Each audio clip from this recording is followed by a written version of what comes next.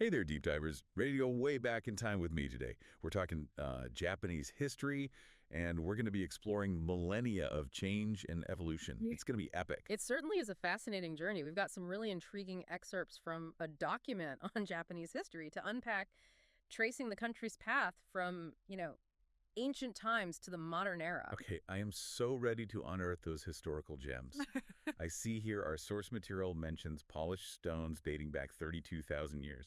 Like, seriously, that's mind-blowing.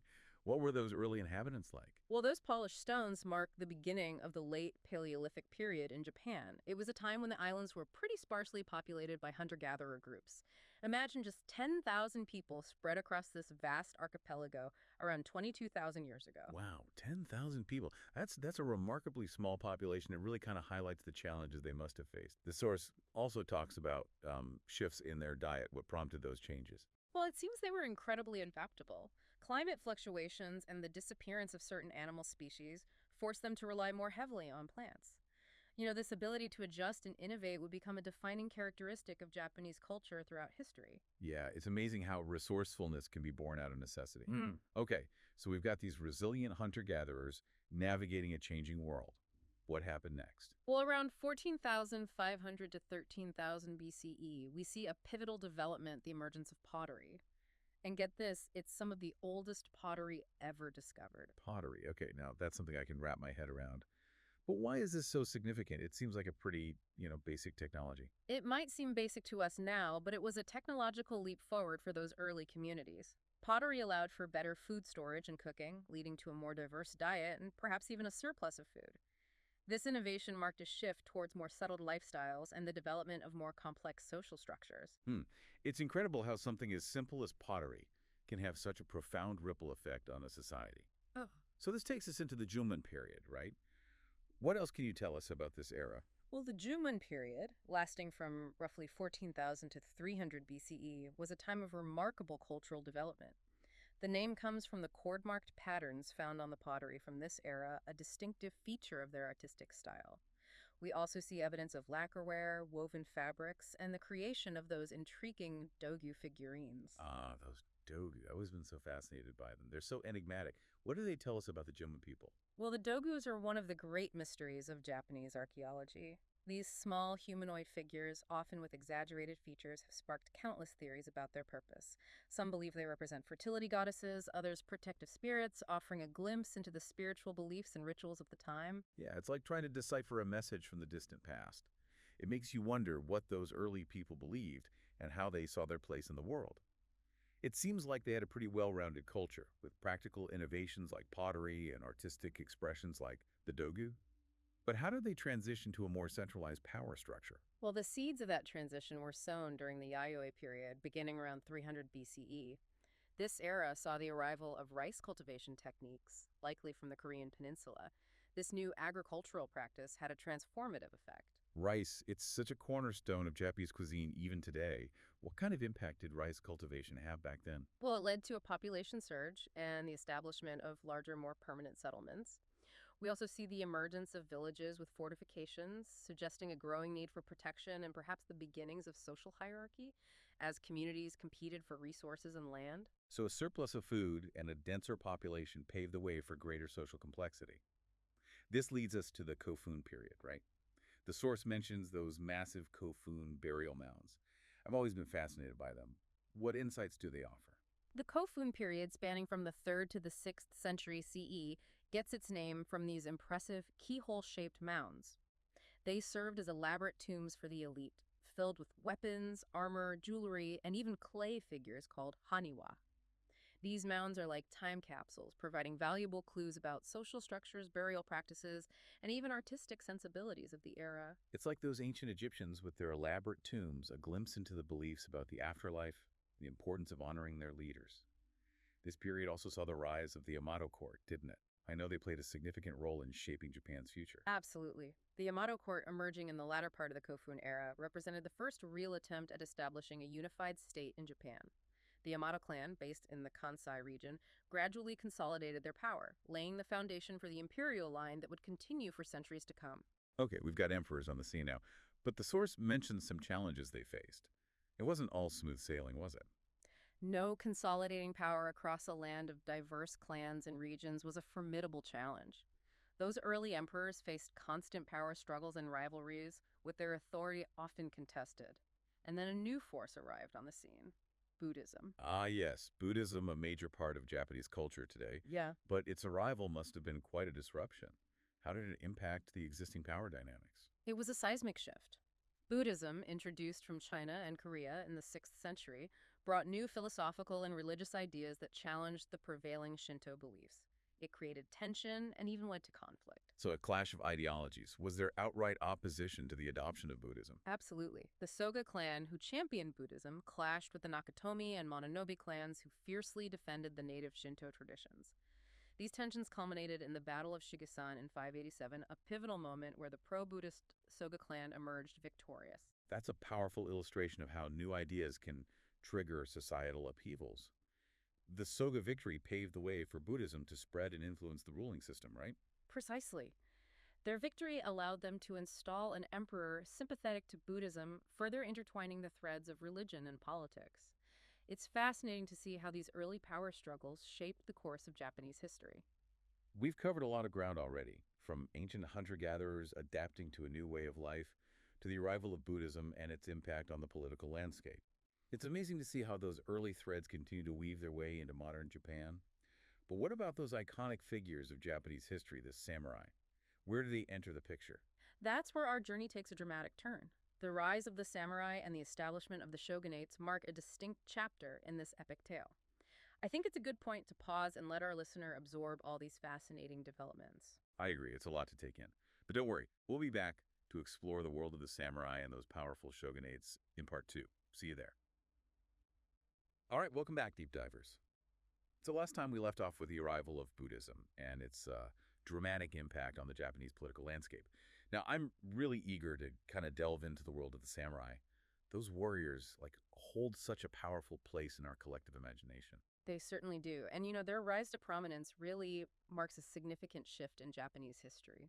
We're about to enter the era of the shogunates, a period of warrior rule that would shape Japan for centuries. Okay, let's dive into that era then. Where do we even begin? Well, our journey takes us to the late 12th century, a time of, turmoil and clan rivalries. Out of this chaos emerged a powerful figure, Minamoto no Yoritomo. He was a skilled military leader who emerged victorious from the Genpei War, a bloody conflict between two powerful samurai clans. So a classic power struggle. What made Yoritomo stand out from the crowd? Well, he was not only a brilliant strategist, but also a master of, consolidating power. His victory in the Genpei War earned him the title of Seitai Shogun, essentially a military dictator. And with this title, he established the first shogunate in Kamakura, a city south of modern-day Tokyo. A military dictator. Yeah. Okay, that's a pretty strong grip on power. What happened to the emperor in this new system? Was he completely sidelined? Not entirely. The emperor remained as like a figurehead, a symbol of authority and continuity, but the real power rested with the shogun and the warrior class. It was a fascinating shift in the balance of power, with the military taking center stage. And the samurai, those legendary warriors, were they just muscle for the shogun, or did they have a deeper role in this new society? The samurai were more than just soldiers. They were bound by a strict code of honor and loyalty known as Bushido. This code emphasized martial skills, courage, discipline, and a deep sense of duty to their lord. They were the backbone of the shogunate's power, enforcing his will and maintaining order throughout the land. It's interesting how this code of honor, Bushido, transcended mere military might. It provided a moral framework for the samurai class, shaping their values and actions. Did the Kamakura shogunate, with its warrior ethos and strict social order, bring stability to Japan? It did bring a degree of stability, yes, but it wasn't without its challenges. After Yoritomo's death power transitioned to the Hyuji clan relatives of his wife, they acted as regents for the shoguns, essentially pulling the strings from behind the scenes. So even in a warrior-dominated society, family ties and political maneuvering still played a crucial role. It seems power dynamics are never simple, no matter the era. Did the Hyuga manage to hold on to power for long? They did for over a century. They consolidated their control through strategic alliances and even established a new legal code, the Goseibai Shikimoku, issued in 1232. This code helped to solidify the shogunate's authority and regulate various aspects of society. So a legal framework to support their rule, a smart move. But the source also mentions Mongol invasions during this period. That sounds intense. What can you tell us about those events? Well, the Mongol invasions were a defining moment for the Kamakura shogunate, a true test of their strength and resilience. In 1274 and again in 1281, massive Mongol fleets, led by the formidable Kublai Khan, attempted to conquer Japan. Two invasions. That must have been terrifying for the Japanese people. Were they successful? No, they were not. The samurai, though outnumbered, fought fiercely to defend their homeland. They were also aided by what they called kamikaze divine winds, typhoons that devastated the Mongol fleets. These storms were seen as a sign of divine intervention, boosting morale and bolstering the belief that Japan was divinely protected. It's fascinating how these natural events can become intertwined with national identity and a sense of destiny. But even with divine winds on their side, those invasions must have taken a toll. What impact did they have on Japan? Well, while the Mongol invasions ultimately failed, they did have lasting consequences. They drained the shogunate's resources and exposed its vulnerabilities. The samurai who so bravely defended the country expected rewards, and the shogunate struggled to meet those expectations, leading to growing discontent and social unrest. It's often the aftermath of conflict that reveals the true cracks in a system. So did these internal pressures, coupled with the Mongol invasions, contribute to the downfall of the Kamakura shogunate. Yes, absolutely. The shogunate was weakened, and an ambitious figure saw an opportunity, Emperor Go-Daigo. He aimed to restore imperial rule, initiating the Kenmu Restoration in 1333. So the emperor tries to wrestle power back from the shogunate. Did this mark a return to imperial dominance? It was a bold attempt, but ultimately short-lived Go-Daigo's efforts to centralize power alienated some of the samurai, especially those who had benefited from the Kamakura shogunate's rule.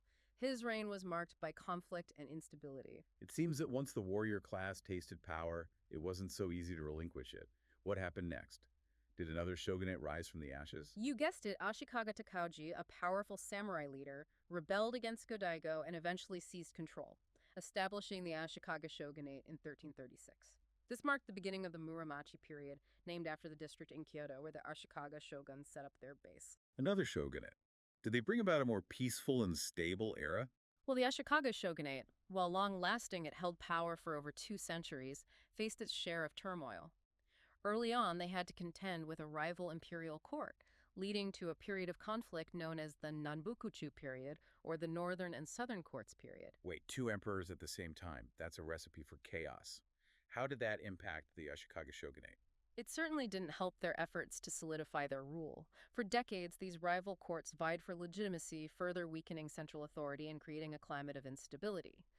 The Ashikaga shoguns eventually managed to reunite the courts in 1392, but their authority remained fragile. It sounds like they were constantly battling to maintain control. Did they have any breathing room to focus on other aspects of governance or culture? Despite the challenges, the Ashikaga shogunate oversaw a period of cultural flourishing. Zen Buddhism gained prominence, influencing art, architecture, gardening, and even the practice of the tea ceremony. This was the era of those iconic Zen gardens, like the one at Rionji, designed to evoke tranquility and contemplation. Yeah, those Zen gardens are truly captivating, minimalist yet so profound. Was there anything else happening on the cultural front? The Muromachi period also saw the development of no theater, a highly stylized and symbolic form of drama with elaborate costumes, masks, and music. It's a fascinating art form that continues to be performed today, offering a glimpse into the aesthetics and values of that era. So even amidst political turmoil, art and culture found a way to blossom. It's a testament to the human spirit, isn't it? What happened after the Ashikaga shogunate eventually lost its grip on power? Well, Japan entered a period of intense conflict and upheaval known as the Sengoku period, or the Warring States period. This era, spanning the latter half of the 16th century, saw powerful daimyo regional lords battling for supremacy, each vying to unify Japan under their rule. It sounds like a real-life Game of Thrones. Who were some of the key players in this high-stakes struggle for dominance? Oh, there were many ambitious warlords vying for power, but 3 figures stand out: Oda Nobunaga, Toyotomi Hideyoshi, and Tokugawa Ieyasu. Each of them had their own vision for Japan and their own strategies for achieving unification. Okay, let's start with Oda Nobunaga. What made him such a formidable leader? Nobunaga was a brilliant military strategist, a true innovator. He embraced the use of firearms, which gave him a significant advantage in battle. He was also a shrewd diplomat, forging alliances and strategically eliminating rivals. He conquered a vast portion of Japan, even driving the last Ashikaga shogun from Kyoto. Wow, it sounds like he was well on his way to unifying Japan. Did he succeed? He came close, but his reign was cut short. He was betrayed and forced to commit suicide in 1582. However, he laid the groundwork for his successor, Toyotomi Hideyoshi, to continue the quest for unification. So near yet so far. Tell us about Hideyoshi. How did he carry on Nobunaga's legacy? While Hideyoshi was a skilled general and a shrewd administrator, he continued Nobunaga's campaigns, subdued many of the remaining warlords, and finally achieved the unification of Japan in 1590, bringing an end to the long and bloody Sengoku period. It's remarkable that he managed to succeed where Nobunaga had fallen short. Did he make any significant changes once he consolidated his power? He did. Hideyoshi implemented several reforms aimed at stabilizing the country and solidifying his control.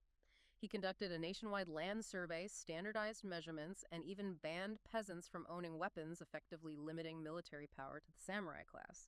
He also had ambitions beyond Japan's borders, launching 2 invasions of Korea in the 1590s. Invasions of Korea. It seems even after unifying Japan, he still had a thirst for expansion. Were those campaigns successful? They were not. The Korean campaigns proved costly and ultimately unsuccessful. They drained resources and created tension with Ming China, which supported Korea. Hideyoshi's death in 1598 brought an end to the Korean campaigns. A fascinating and complex legacy, ambition, reform, and unfinished conquests. What happened after Hideyoshi's death? Did those internal power struggles resurface? Absolutely. Another power vacuum, another struggle for dominance. Tokugawa Ieyasu, a cunning strategist who had served both Nobunaga and Hideyoshi, emerged victorious from this contest.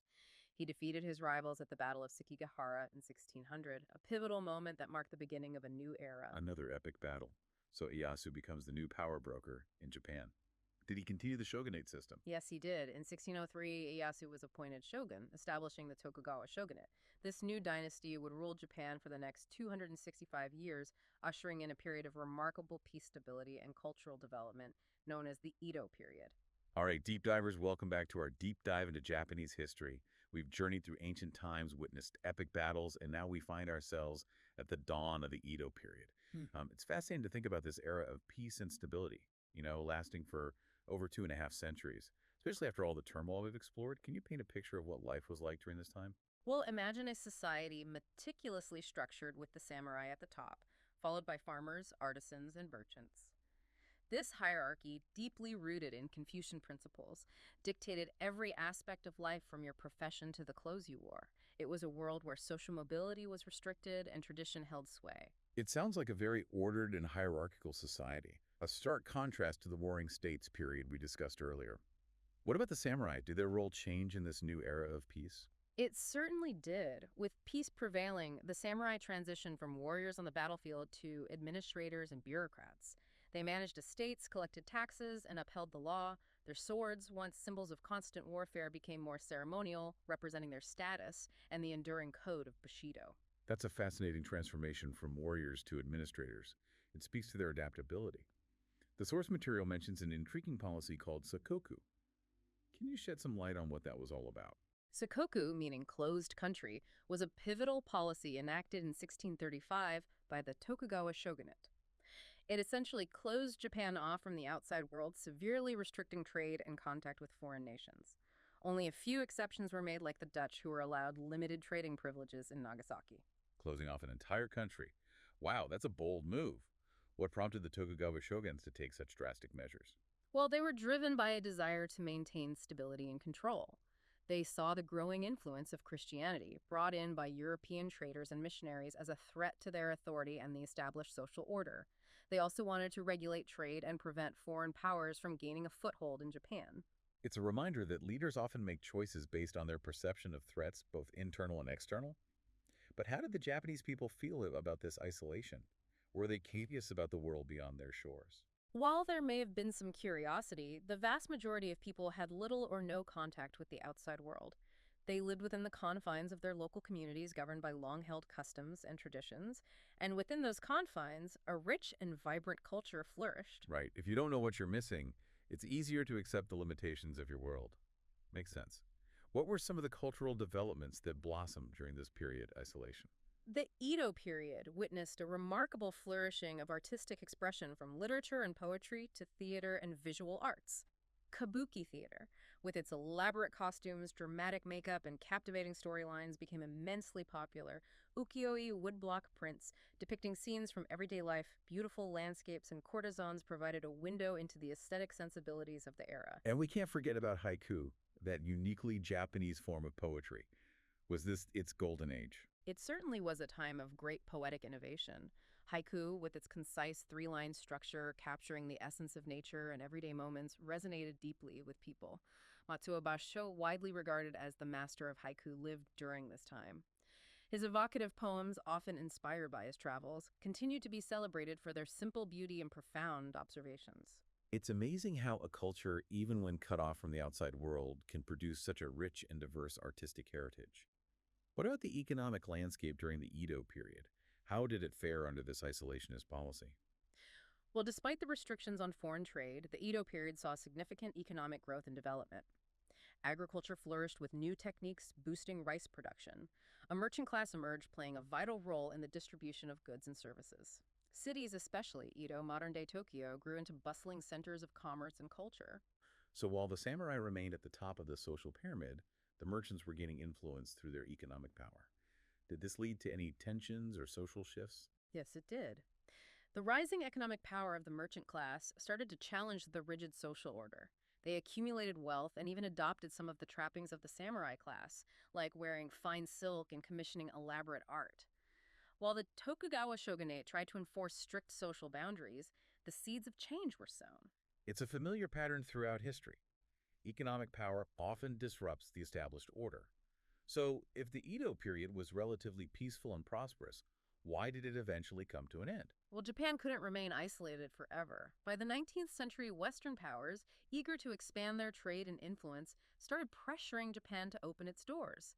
This pressure culminated in a dramatic event that would change the course of Japanese history: the arrival of Commodore Perry and his black ships. Ah, yes, Commodore Perry and those imposing black ships. It's such an iconic image, a symbol of the clash between tradition and the forces of modernization. How did Japan respond to this forceful demand to open up? It was a pivotal moment. Japan faced a difficult choice: resist and risk war with a superior military force, or give in to Western demands and risk undermining the shogunate's authority. The shogunate, already weakened by internal divisions and economic pressures, ultimately chose the latter. So the arrival of Perry's black ships marked the beginning of the end for Japan's isolation. What were the repercussions of this momentous event? Well, it set in motion a chain of events that would transform Japan. The opening of the country to the West led to social upheaval, economic changes, and ultimately the downfall of the Tokugawa shogunate.